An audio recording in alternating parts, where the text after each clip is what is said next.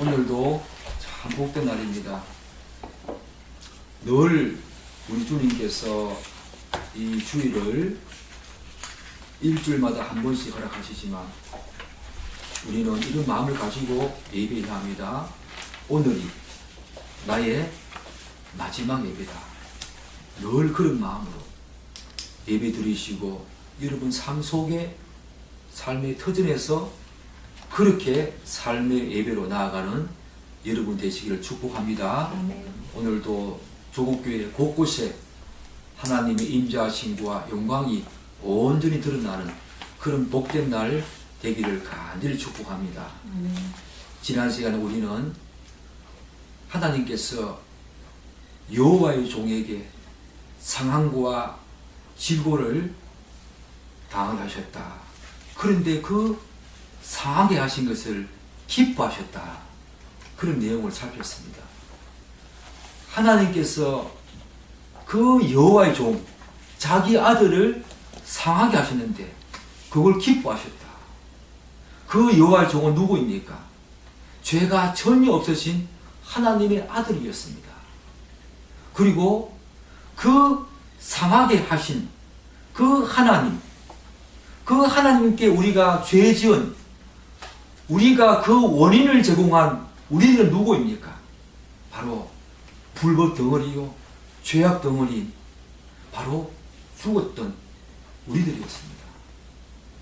우리 대신에 자기 아들을 죽이신 그 여호와 하나님, 그분을 높이 올려드리면서 오늘 이사야 53장 7절 말씀으로 들어가겠습니다.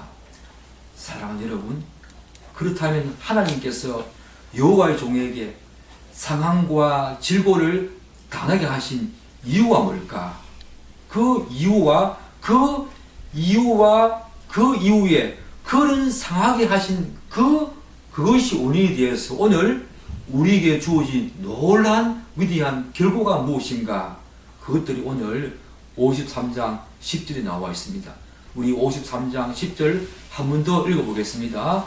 여호와께서 그에게 상함을 받게 하시기를 원하사 질고를 당하게 하셨은즉 그의 영혼을 속군 제물로 드리기에 이르면 그가 씨를 보게 되며 그의 날은 길 것이요 또 그의 손으로 여호와께서 기뻐하시는 뜻을 성취하리로다.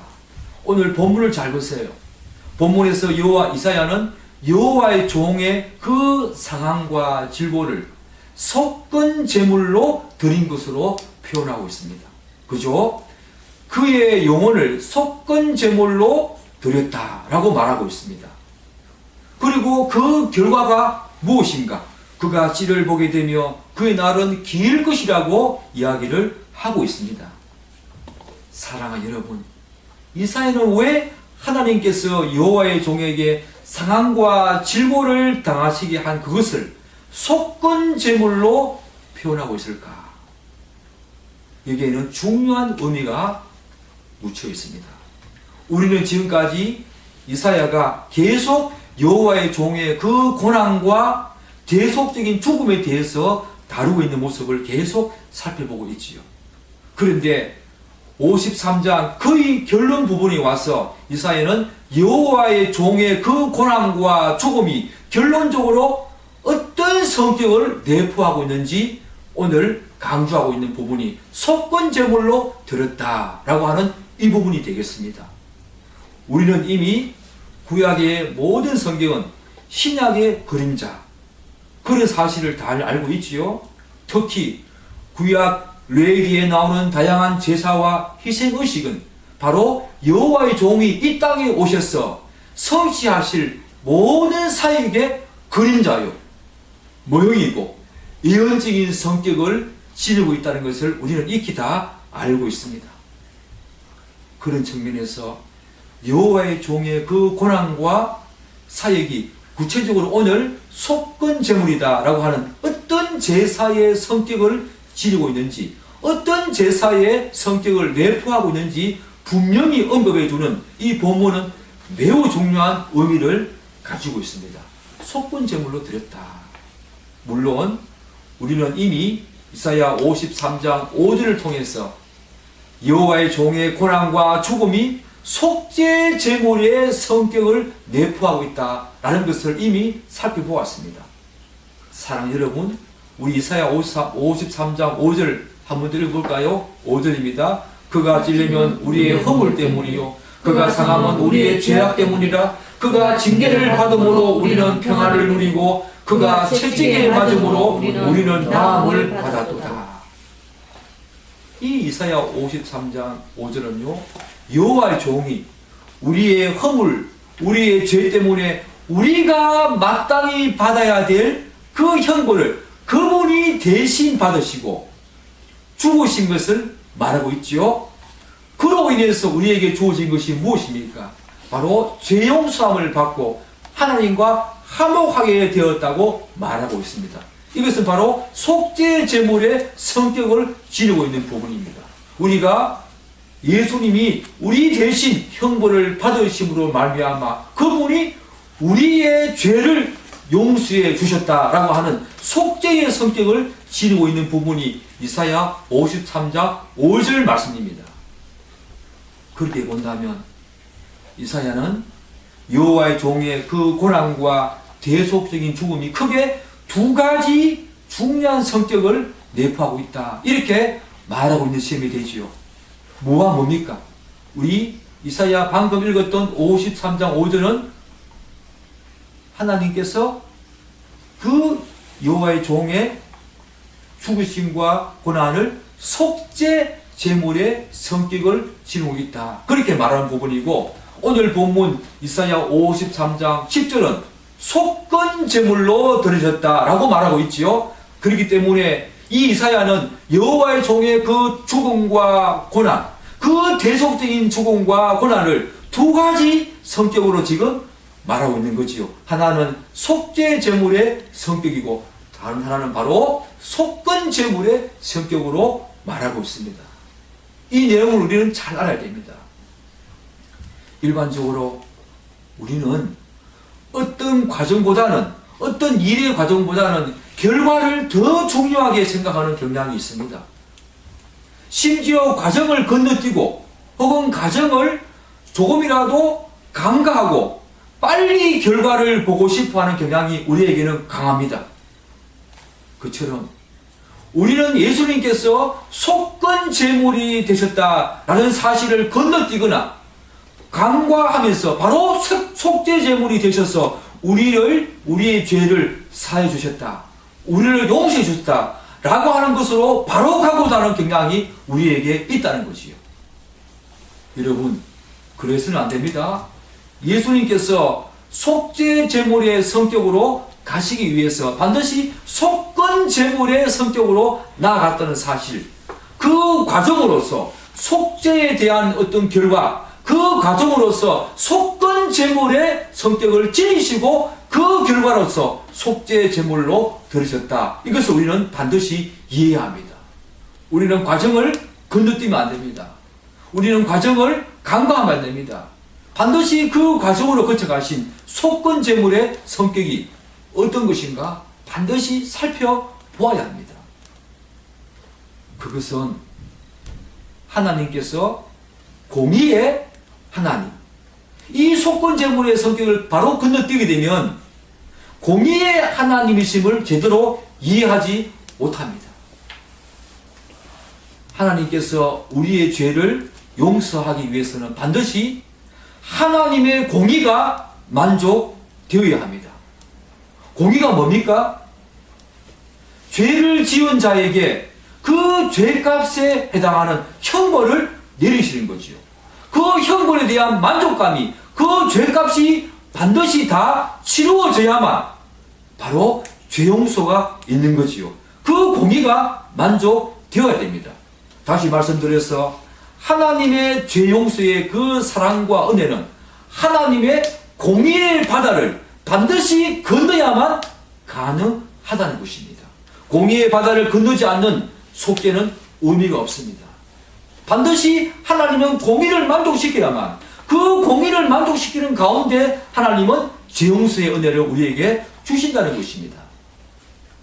사랑하는 여러분, 여러분도 잘 알다시피 구약의 속죄 제사와 이 속건 제사는 둘 다 여호와의 종으로 오신 예수 그리스도께서 우리 죄를 속하기 위해 피 흘려 죽으신 것을 예표합니다. 그러나 이 속죄 제사의 목적은 모든 율법을 범한 죄를 속하기 위한 그런 속죄, 그런 용서의 의미가 강합니다. 그런데 반면에 속건 제사의 목적은 특별히 하나님의 그 거룩한 물건, 그 성물이나 남의 물건을 범한 그런 죄를 속하는 그런 어떤 제사인데, 이것은 배상의 의미, 보상의 의미까지 다 포함을 한다는 것입니다. 그래서 속죄 제사는 속죄의 성격이 강하므로 용서의 의미를 가지는 반면에, 속건 제사는 속죄 제사보다 배상의 성격이 더 강하기 때문에 만족의 의미가 있다는 것이요. 이 속건 제사에는 배상의 의미가 있습니다. 누군가가 그 물건을 다시 되찾아오기 위해서는, 사람을 다시 되찾아오기 위해서는 그에 합당한 배상을 하고, 그에 합당한 뭔가 보상을 치르고 그 사람이나 그 물건을 자기 소유로 한다는 거지요. 그래서 그 사람이, 그 물건을 내주는 사람이 만족함이 있어야 합니다. 거기에 합당한 배상과 보상이 주어져야만, 만족함이 있어야만 그 사람을 내어주거나 그 물건을 내어준다는 거지요. 바로 이 속건 제사는 바로 이 배상의 의미가 강하고, 다시 말씀드려서 만족함의 의미가 반드시 포함되어야 한다. 여러분들은 그것을 염려하시고 이 고려해 두시고 이 부분으로 들어가 보기를 간절히 축복합니다. 자, 그렇기 때문에 우리는 이사야가 왜 여호와의 종의 고난과 대속적인 죽음을 속건 제물로 드린 것으로 표현하고 있는지 반드시 이해할 필요성이 있지요. 53장 거의 말미에 와서 이제 이사야는 예수 그리스도 여호와의 종으로 오신 그분의 그 고난과 대속적인 죽음이 속건 제물, 그렇게 이해하고 있다라고 하는 것은 우리에게 굉장히 중요한 의미를 두고 있다. 여러분 그렇게 생각하면 됩니다. 자, 일단 우리는 이사야가 여호와의 종이 자기 생명을 드린 것을 속건 제물로 표현하는 것에서 짐작할 수 있듯이, 여호와의 종이 자기 생명을 드림으로써 누군가를 만족시켜야 될 어떤 조건이 있었다는 것을 알 수가 있지요. 누군가를 만족시켜야 한다. 그렇다면 여호와의 종은 자기 생명을 드림으로써 누구를 만족시켜야 했을까? 누구를 만족시켜야 했을까요? 하나님은 그분의 사랑과 은혜로 우리에게 죄 용서를 하시기 전에 우리의 죄책, 즉 죄에 대한 책임에 대한 합당한 죄값을 반드시 요구하십니다. 그리고 그분은 죄책에 대한 죄값이 충분히 만족되어야만 죄 용서를 하시는 공의의 하나님이십니다. 문제가 있지요. 문제는 뭐냐면 우리의 죄책에 대한 죄값, 즉 이 죄의 부채를 과연 누가 그분께 지불하고 그분을 완전히 만족시킬 수 있는가? 라고 하는 문제가 우리에게 제기됩니다. 우리가 할 수 있습니까? 죄인 우리가 할 수 있습니까? 그렇지 않습니다. 이 하나님의 공의의 요구는 그 죄책에 상응하는 모든 것을 자기가 지고 가야 합니다. 그리고 그 공의의 요구를 만족시킬 수 있는 그 길은 거기에 상응하는 그런 형벌과 죄책을 이분이 다 가지고 지고 가야 합니다. 그런데 여러분과 저는 어떤 이 땅의 성인이라고 하더라도 이 모든 조건을 만족시킬 수 있는 존재는 전혀 없다는 것입니다. 전혀 없다는 것입니다. 그런데 모든 인간은 아담의 원죄를 가지고 어머니 못해서부터 죄인으로 태어나기 때문에 도저히 우리의 죄책에 대한 죄값을 영원히 갚을 수 없다는 것이 우리에게 문제지요. 그것이 문제입니다. 그런데 오늘 본문에서 이사야가 여호와의 종을 속건 제물로 표현한 이유는 바로 여기에 있지요. 바로 하나님께서는 바로 그런 조건에 있는 우리에게 이 어마어마한 죄책으로부터 벗어나게 하기 위해서 죄 없으신 여호와의 종, 그로 하여금 우리의 그분이 감당하게 하셨다는 것입니다. 할렐루야. 할렐루야. 그분이 모든 죄책을 지시고 그분이 감당하도록 하나님께서 그렇게 하셨다는 것입니다. 놀라운 말씀입니다. 여러분, 이걸 함부로 우리가 건너뛰면 안 됩니다. 그래서 여호와의 종은 아무도 할 수 없는 그 어마어마한 죄책으로부터 우리를 자유하게 하셨다는 것입니다. 여호와의 종이 속건 제물이 되셨기에 우리가 죄책으로부터 자유하게 되었습니다. 그래서 이제 예수를 믿어서 구원을 얻는 모든 이 사람들은 여호와의 종 때문에 죄책에서 다 사해주고 놀라운 구원을 얻었다는 것입니다. 결국 성자 하나님이신 여호와의 종은 성부 하나님의 공의를 만족시키기 위해서 자신의 생명을 그분께 드린 것입니다. 또한 성부 하나님은 모든 인간의 죄책에 대한 죄값을 곧 속전으로 성자 하나님의 생명을 요구하셨고 그것을 받으셨다는 것입니다. 사랑하는 여러분, 우리는 이 놀라운 사실을 그냥 지나칠 수가 없습니다. 성부 하나님과 성자 하나님 사이의 이런 언약은 우리의 이성으로는 도저히 납득이 되지 않습니다. 이해가 되지 않습니다. 수용이 되지 않습니다. 성자 하나님이 자기가 가장 사랑하는 그 성부 하나님이 자기가 가장 사랑하는 성자 하나님의 생명을 받으셔서 그분의 공의를 만족시키게 하셨다. 성자 하나님은 자기가 자청해서 성부 하나님께 자기의 생명을 들어서 아버지 하나님의 그 공의를 만족시키기로 그렇게 작성하셨다. 사랑하는 여러분, 이게 이해가 되십니까? 우리의 구원의 과정 속에 이렇게 속건 제물로 들으신 그 성자 하나님 여호와의 종이 있었던 것입니다. 사랑하는 여러분, 가끔 가족이나 자녀가 아플 때 가장 힘들고 마음이 아플 때가 언제인지 아십니까? 그것은 바로 고통하는 그들에게 자신이 해줄 수 있는 것이 아무것도 없다는 것을 느낄 때입니다. 대신 아파줄 수 있다면 그렇게도 하겠는데 그것도 불가능합니다. 밀려오는 통증에 시름하는 소리가 커지면 커질수록 우리의 가슴은 더욱더 저려옵니다. 그러나 아무것도 해줄 수 없음에 우리는 더욱 절망감을 느끼게 되죠. 요 근래 하루 이틀 사이에 제가 아내를 보고 그걸 많이 느꼈습니다. 말로는 하지 않았지만 아픈데 대신 뭔가 해줄 수 없다는 것이 저희 마음의 가장 아픈 부분이었습니다. 아마 여러분도 마찬가지일 것입니다. 사랑하는 여러분, 아담과 하와의 이 원죄로 인해서 죄책을 그대로 물려받은 모든 인간이 멸망과 죽음의 길로 가는 것을 보고 성부 하나님과 성자 하나님께서는 어떻게 반응했습니까? 죄는 인간이 지었습니다. 그리고 그 죄는 인간이 자초한 것이기에 하나님의 모든 인간이 자신의 죄책으로 인해서 마땅히 형벌을 받아 다 멸망하도록 그냥 내버려 둘 수 있었습니다. 그렇지만 성부 하나님과 성자 하나님은 그렇게 하시지 않았습니다.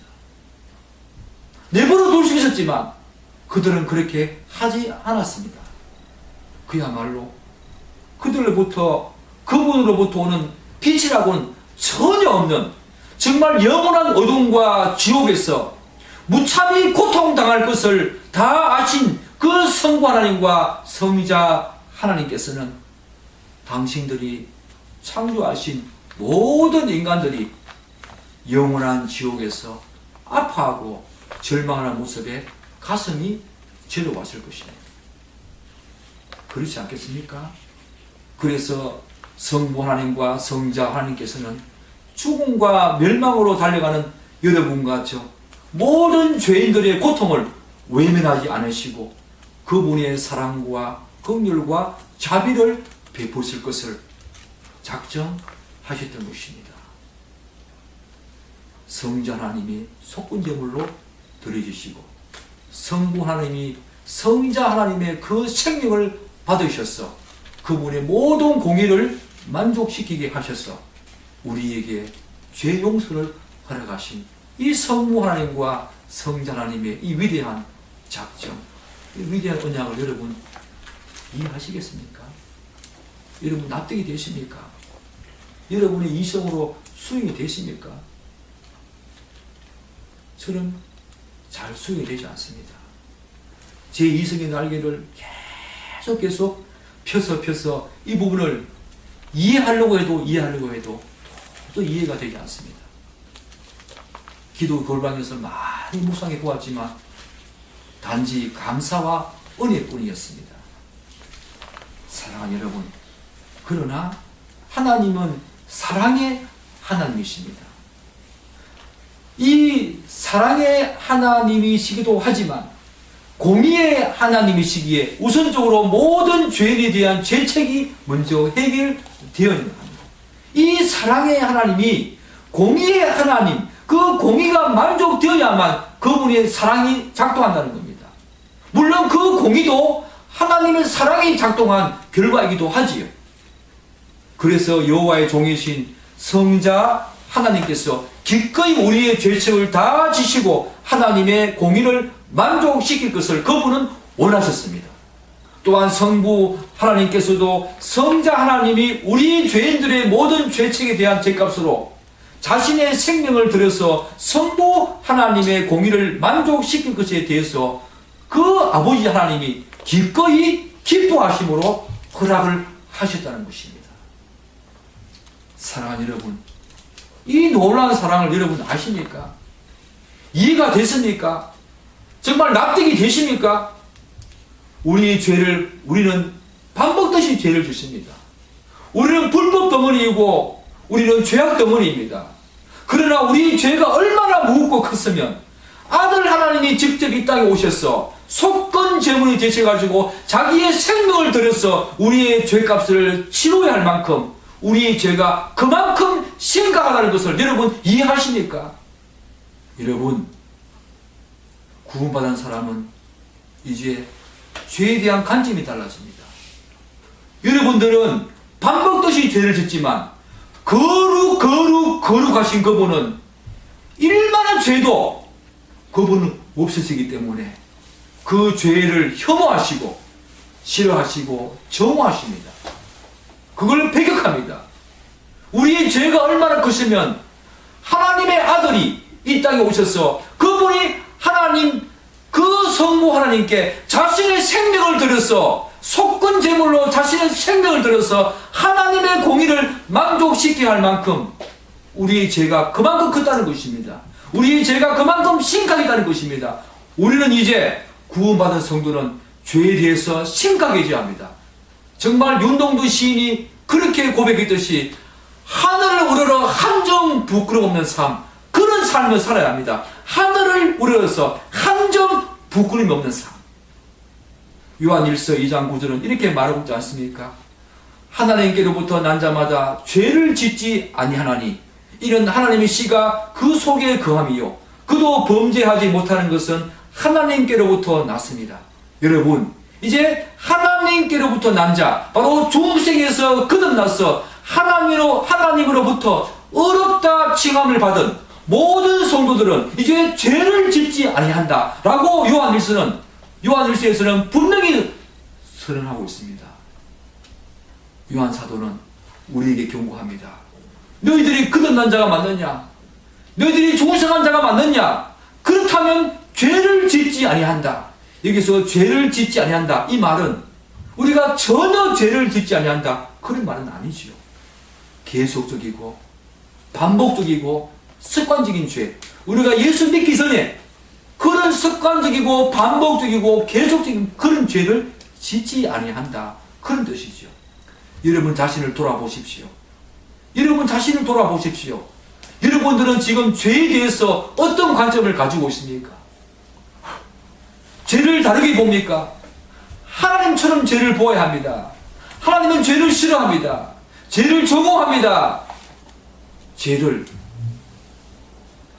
하나님께서는 무겁게 생각합니다. 여러분이 예수를 믿어 구원을 받았다고 해서 죄가 완전히 사라지고 우리에게 모든 죄가 우리에게 완전히 사라지고 우리는 전혀 죄질을 짓지 않는 그런 존재로 나아가는 것은 아닙니다. 우리가 어렵다 칭함을 받았다고 하지만 우리는 이 세상의 영과 사단과 우리 육체의 소욕에 의해서 날마다 죄를 짓는 존재입니다. 그럼에도 불구하고 우리가 예수 믿기 전에 옛 사람일 때와 이 새 사람일 때 죄를 보는 관점이 달라집니다. 그때는 밥 먹듯이 죄를 지었습니다. 죄가 그렇게 심각한지 몰랐습니다. 이제는 죄가 얼마나 심각한지 그 죄에 대해서 이제 정오합니다. 하나님의 마음을 가지고 죄를 바라봅니다. 죄를 심각하게 생각하고 죄를 정오하고 죄를 굉장히 싫어합니다. 사랑하는 여러분, 왜요? 우리의 죄가 그만큼 컸다는 것입니다. 아들 하나님이 이 땅에 오셔서 자신의 생명과 자신의 영혼과 자신의 몸과 자신의 모든 것을 하나님께 속건 제물로 드려야 할 만큼 여러분의 죄와 허물이 그렇게 심각하고 컸다는 것입니다. 여러분 이제 죄를 달리 보아야 합니다. 죄를 심각하게 보아야 합니다. 죄 가운데 있지 않도록 옛 사람을 버리도록 날마다 그렇게 나아가야 할 줄 믿습니다. 그렇게 되기를 축복합니다. 이제 이사야는 여호와의 종이 우리의 죄책에 대한 속건 제물이 되셔서 대속적인 죽음을 당하신 후에 찾아온 위대한 결과를 말하고 있습니다. 그게 뭡니까? 그가 씨를 보게 되며 그의 날은 길 것이요. 그가 씨를 보게 된답니다. 여러분, 그가 씨를 보게 된다, 이 말이 무슨 말일까요? 여기에서 씨는 여호와의 종의 고난과 대속적인 죽음을 통해서 그분이 열매 맺는 영적인 후손들, 바로 여러분과 저가 여기 이 씨에 해당하는 거지요. 그런 영적인 열매, 영적인 후손들을 말하는 거지요. 그래서 여기에서 씨를 본다는 말은 여호와의 종의 그 고난과 대속적인 죽음으로 이 땅에 수많은 구원받은 성도들이 일어난다는 것입니다. 유대인뿐만 아니라 모든 이방인들이 이 구원 속으로 들어온다는 것입니다. 그래서 창세기 12장 3절은 뭐라고 말합니까? 아브라함을 통해서 하나님께서 약속하신 것이 있지요. 땅의 모든 족속이 너로 말미암아 바로 아브라함의 씨, 다윗의 씨, 그 예수 그리스도 그분을 통해서 복을 얻을 것이다. 모든 백성이 구원의 복을, 바로 이 구원의 복을 얻을 것이라고 말하고 있지 않습니까? 오늘 이 시가 세계 곳곳에서 맺혀지고 있다는 것을 여러분은 아시지 않습니까? 우리나라에도 200년 전에 복음이 들어와서 여러분과 저가 지금 예수를 믿게 되었습니다. 그분의 씨가 되었다는 것이요. 그가 씨를 보게 되며 여러분과 저가 그분의 영적 후손들이 되어서 영적인 열매가 되어서 지금 이 자리에 서 있다는 것은 놀라운 일입니다. 또 뭐라 말합니까? 그 결과로서 그분이 속건제물로 들어진 그 결과로서 뭐라고 말합니까? 그의 날은 길 것이요. 여기는 두 가지 의미가 있습니다. 한 가지는 예수께서 사망 권세를 이기시고 다시 사셔서 부활의 첫 열매가 되신 후에 영생에 들어갔다. 그런 의미가 있습니다. 두 번째 의미는 뭐냐 하면 그의 사역의 영향력이 오랫동안 지속될 것이라고 말합니다. 바로 그분이 이 땅에 재림하실 때까지 그분이 계속 그분의 사역의 영향력이 계속 지속될 것이라고 말하는 것입니다. 그분의 영적 후손들이 계속해서 일어난다는 거지요. 그분이 속건제물로 들어짐으로 말미암아 그분의 씨들이 계속 그분이 재림하실 때까지 그분의 그 사역의 위대한 영향력이 계속된다는 것을 의미합니다. 기독교는 망하지 않습니다. 기독교는 패하지 않습니다. 인류의 역사를 볼 때 수많은 세력들이 기독교를 박해하고 핍박했지만 다 실패했습니다. 앞으로도 마찬가지입니다. 그의 사역의 영향력은 그분이 다시 오실 때까지 지속이 되어지며 그분의 사역의 영향력으로 수많은 영적 열매들이, 영적 후손들이 맺혀질 것입니다. 할렐루야. 맺혀질 것입니다. 사랑하는 여러분, 이제 마지막으로 이사야는 여호와의 종의 고난과 계속적인 죽음의 성격 후에 10절 하반절에서 무엇이라고 말하고 있습니까? 또 그의 손으로 여호와께서 기뻐하시는 뜻을 성취하리로다.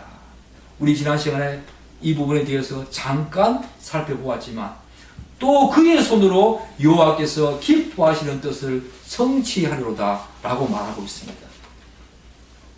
여호와의 종의 계속적인 죽음을 하나님께서 기뻐하셨다는 것입니다. 그리고 여호와의 종은 기꺼이 죄인들의 죄책과 이 죄값을 위한 속군 제물로 자기 생명을 들여서 하나님을 기쁘시게 했다는 것입니다. 여기 우리가 중요한 방점을 하나 찍어야 합니다. 방점을 하나 찍어야 합니다. 그게 뭐냐면 결국 여기에서 우리는 하나님을 기쁘시게 하는 것이 여호와의 종의 최종적인 목적이었다. 그것을 우리가 여기서 알 수 있지요.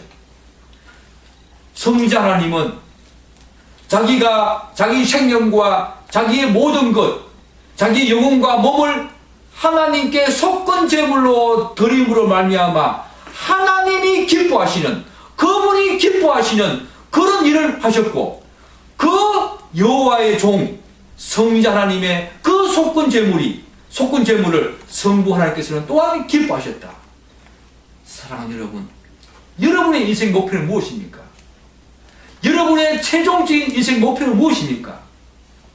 우리의 인생 목표는 하나님을 기쁘시게 하는 것, 이것이 바로 되어야 될 줄 믿습니다. 우리가 예수를 따른다라고 하는 이 제자의 삶을 살 때는 예수님께서 하나님이 기뻐하신 이 뜻을 따라서 그분의 사역을 감당하셨듯이 우리도 하나님을 기쁘시게 하는 것이 우리의 삶의 최종적인 목표가 되어야 될 줄 믿습니다. 여러분의 삶의 터전에서, 기도의 장소에서, 여러분이 어디서 뭘 하든 간에 하나님을 기쁘시게 하는 것, 그것이 바로 여호와의 종처럼 그분을 기쁘시게 하는 것, 그것이 여러분의 귀한 삶의 최종적인 목표가 되시기를 간절히 축복합니다.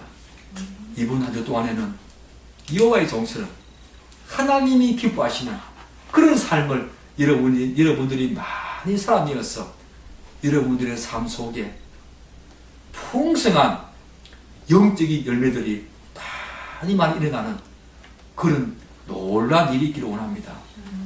여호와의 종이 많은 영적인 후손들을, 영적인 열매들을 맺었듯이 여러분도 하나님이 기뻐하시는 그런 일을 통해서 많은 영적인 열매를 그분께 올려드리는 여러분의 그 최종적인 목적이 하나님을 기쁘시게 하는 그런 영적인 사람들 다 되기를 주님의 이름으로 축복합니다. 아멘. 기도하겠습니다.